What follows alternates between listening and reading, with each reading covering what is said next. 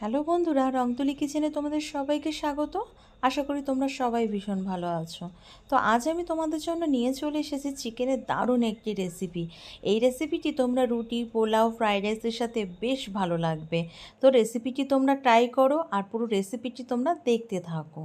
তো সবার প্রথমে দেখো, কড়াইতে তেল গরম করে খানিকটা বাটার দিয়ে দিয়েছি, দিয়ে দিলাম গোটা গরম মশলা, দিয়ে ভালো করে একটু ভেজে নিতে হবে। দিয়ে দেবো মাঝারি সাইজের দুটো পেঁয়াজ পেস্ট করে রেখেছিলাম, সেই পেঁয়াজটা লাল করে ভাজা হয়ে গেলে এখানে আমি 350 গ্রাম মতন মাংস নিয়েছিলাম। সেই চিকেনটা আমি ভালো করে এখানে ভেজে নিতে হবে, একদম লো ফ্লেমেই কিন্তু চিকেনটা ভালো করে ভাজতে হবে।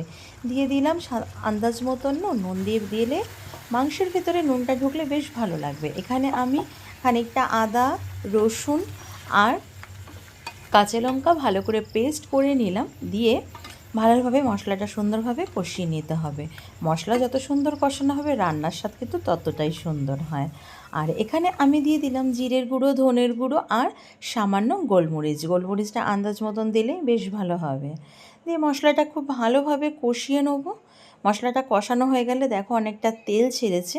তো এখানে আমি খানিকটা ফ্যাটানো টক দই আমি এখানে অ্যাড করলাম। টক দইটা ভালো করে ফেটিয়ে নিলে বেশ ভালো লাগবে। তো টক দইটা দিয়ে ভালো করে নাড়াচাড়া করে নেব। আর রান্নাটা কিন্তু বন্ধুরা একদম লো ফ্লেমে হবে। এখানে আমি খানিকটা চিলি ফ্লেক্স অ্যাড করেছি। তোমাদের বাড়িতে যদি স্পেশাল কোনো গেস্ট আছে, এই রেসিপিটি যদি করো বেশ আনন্দ করে খাবে। এখানে দেখো আমি একটা পাত্রের মধ্যে খানিকটা বাটার আর দিয়ে দিলাম গোটা জিরে, ক্যাপসিকাম, টমেটো কুচি, কাঁচা লঙ্কা কুচিকে হালকা করে লো ফ্লেমে ভেজে নিতে হবে। হালকা ভাজা হয়ে গেলে এটা আমি মাংস যে কষানোটা হয়ে গেছিলো সেখানে আমি অ্যাড করে দেবো। দিয়ে ক্যাপসিকাম, টমেটো দেওয়ার পরে রান্নার স্বাদটা যেন আরও বেশি সুন্দর হয়ে গেল।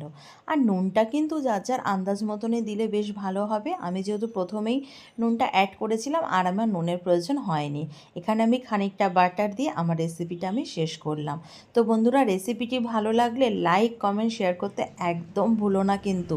নতুন বন্ধুদের অনুরোধ রইল, যদি রেসিপি ভালো লেগে থাকে চ্যানেলটি সাবস্ক্রাইব করে পাশে থাকা বেল বাটন অন করে নিতে, তাহলে যা যা আমি রেসিপি ছাড়বো তার নোটিফিকেশন পৌঁছে যাবে। আজকের রেসিপি এই পর্যন্তই। সবাই